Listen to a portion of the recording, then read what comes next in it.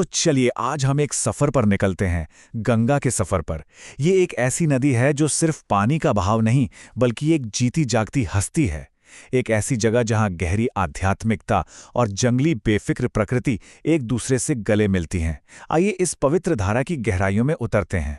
शुरुआत इस बेहद दमदार बात से करते हैं। ये एक लाइन ही इस नदी की पूरी पहचान बता देती है।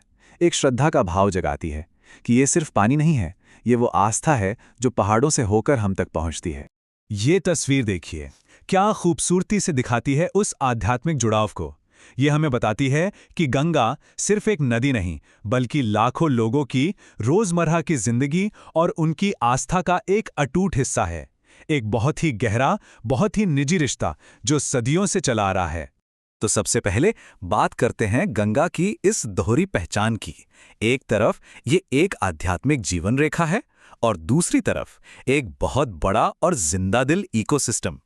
जरा इन आंकड़ों पर नजर डालिए। 2525 किलोमीटर, ये कोई छोटी मोटी दूरी नहीं है। और 3000 साल से भी ज्यादा समय से ये विशाल नदी सिर्फ भूगोल का एक हिस्सा नहीं, बल्कि भारतीय उपमहाद्वीप की सामाजिक, आर्थिक और आध्यात्मिक रीढ़ की हड्डी रही है। अच्छा, अब सवाल ये उठता है कि ये नदी आई कहां से।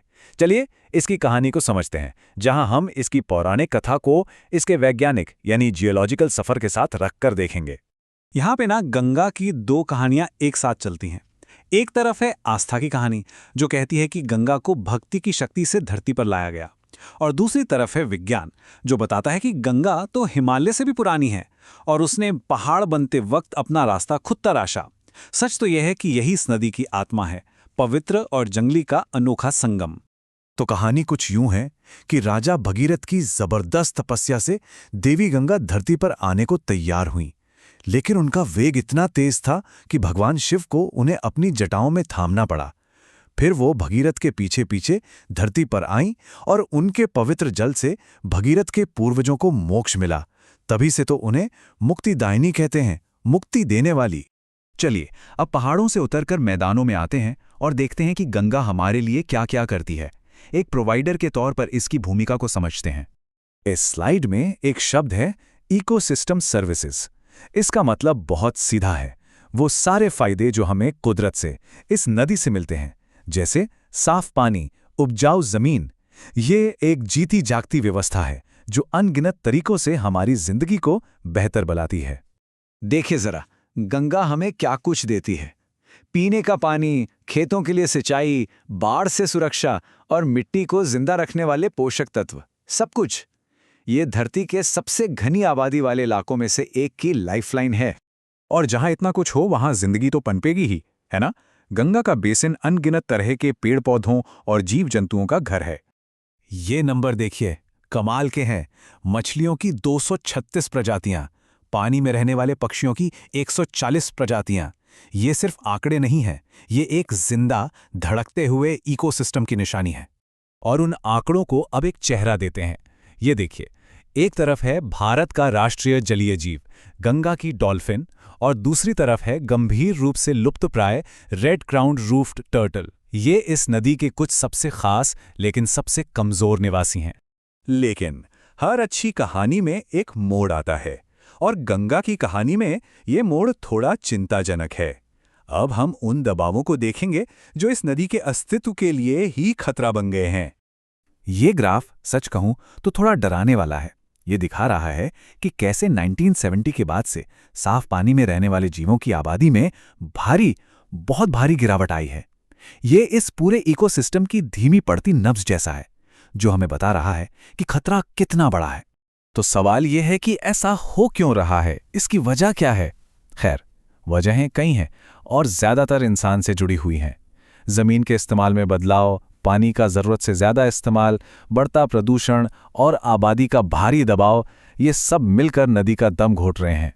अब प्रदूषण की बात करें तो ये एक नंबर ही पूरी कहानी कह देता है। 10,160 मिलियन लीटर हर दिन।